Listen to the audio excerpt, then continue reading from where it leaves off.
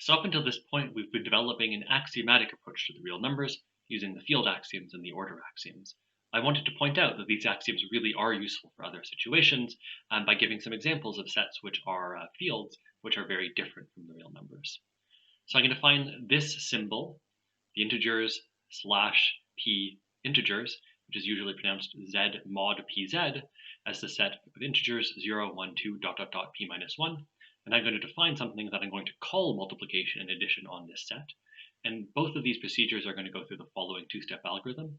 First, I do the usual thing, that is I multiply or add integers in the usual way. Then I take the remainder of the result after dividing through by p. So to give a concrete example, let's say we're looking at z mod 5z, and I want to look at what is 2 times 4 in this situation. Well, first I do usual multiplication, so 2 times 4 is 8. And then when I divide 8 by 5, I get a remainder of 3, right? And so that I say 2 times 4 is equal to 3, at least in this sort of unusual version of multiplication. All right. My main claim in this video is that z mod pz is a field when p is prime, and it's not a field otherwise. Now, there are a couple of algebraic results that you need to really check this in full generality, and they seem a little bit far away from our main purpose, so I'm just going to check some of these steps concretely when p is 5 and 6. So the first things to check all at once are rules like commutativity. And so in particular, A1, which is commutativity of addition, A4, which is the existence of an additive inverse, M1, which is commutativity of multiplication, and A3, which is the existence of a zero, those are all essentially for free because they are true for normal addition or multiplication, right? So in particular, if I look at commutativity of addition and I look at my algorithm, right? So step 1 is commutative because normal addition is commutative. And then in step 2, we take a remainder. And of course, that doesn't use any information from step 1 except for the sum. So that step, of course, is also going to be commutative. All right. So those ones are essentially free, and I'm not going to go into any more detail. The next collection of rules that I want to look at are the associativity and distributivity rule. So A2, associativity of addition, associativity of multiplication, and then distributivity. All of the proofs here are very similar, so I'm just going to do the first one, associativity of addition. And the way that I'm going to do that is I'm going to write down the same thing, x plus y in parentheses plus z, in two different ways. The first way is I'm going to do the algorithm that I wrote down earlier. That is, do the usual thing and take the remainder. So in particular, if I want to compute x plus y in brackets plus z, the first thing that I need to do is compute x plus y. So in a two-step algorithm, that means finding x plus y the usual way, and then finding a remainder number r between 0 and p minus 1 that satisfies this equation. X plus y is equal to some number k times p plus r. All right. So that's what I mean, really, when I say to find the remainder r of x plus y divided by p. Okay. So that's the first thing. I got x plus y, and then the next step is, if I'm computing x plus y plus z, is to add z to the remainder term that I got in the brackets. So I'm going to compute r plus z in the usual way, and then in the second step of the algorithm, I'm going to find some remainder term r prime, which satisfies essentially the same equation as I wrote down up here. So that's the usual way that I would do x plus y in brackets plus z.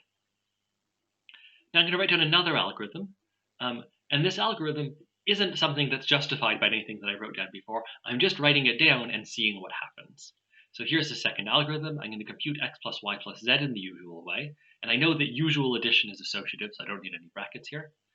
And then I find this remainder for an r double prime, which satisfies this equation. So this is the remainder when you divide x plus y plus z by p.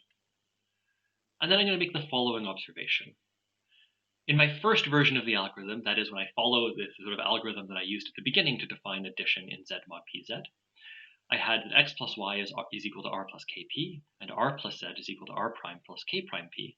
And if I add these two equations together and cancel out the r's, I find that I get x plus y plus z is equal to k plus k prime p plus r prime. And so if I compare these two equations, I found that k double prime is equal to k plus k prime, and more importantly, I found that r prime is equal to r double prime. What does that mean? Well, the output of this algorithm was r double prime. That was the remainder term.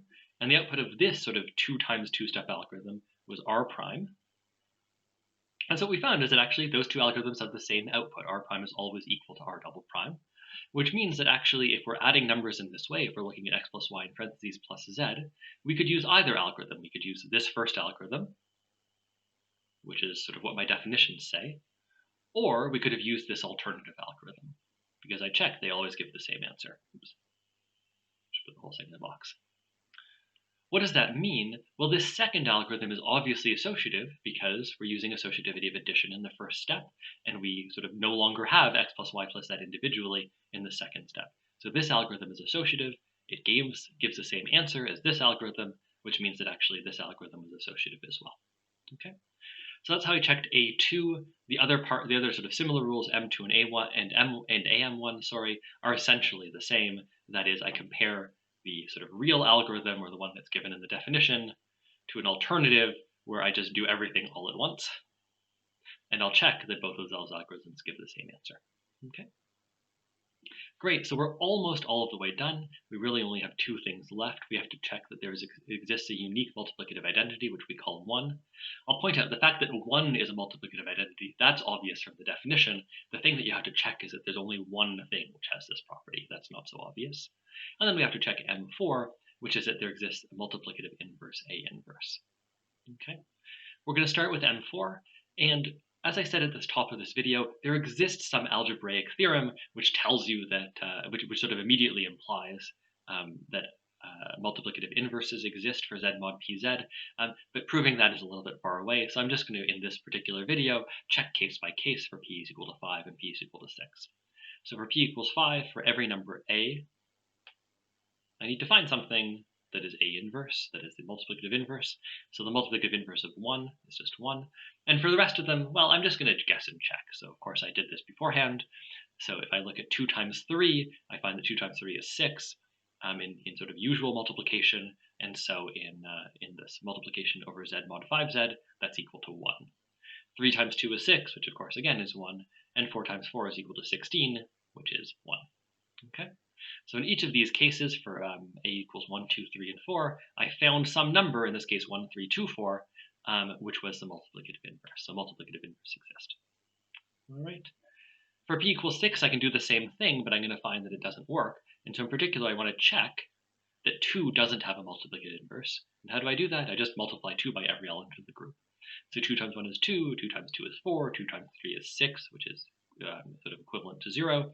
2 times 4 is 8, which is equivalent to 2, and 2 times 5 is 10, which is equivalent to 4. So of course you can immediately see none of these things are equal to 1, and so 2 does not have a multiplicative inverse, so Z mod 6Z is in fact not a field. For M3, I needed to check the uniqueness of the multiplicative identity. But in order to check the uniqueness, well, for Z mod 6Z, we already know Z mod 6Z isn't a field, so I don't have to do anything. For P is equal to 5, it's just enough to check that for every number, you can find some other number that when they multiply together, you don't get the first number back, right? And so 1 is, of course, really a multiplicative identity, but 2, we see that 2 times 3 is not equal to 2. For 3, we see that 3 times 2 is not equal to 3. For 4, we see that 4 times 4 is not equal to 4. And so none of these numbers, 2, 3, or 4, could be a multiplicative identity. So indeed, the multiplicative identity is unique. So that's it. So there are two things to take away from this video. The first is, hey, we have a bunch of examples of objects with multiplication and addition rules, which give us fields. So that's nice. We have a richer collection of examples. And then the second thing is that it's tedious but not terribly difficult to check all of the field axioms. All right, that's it. Thank you.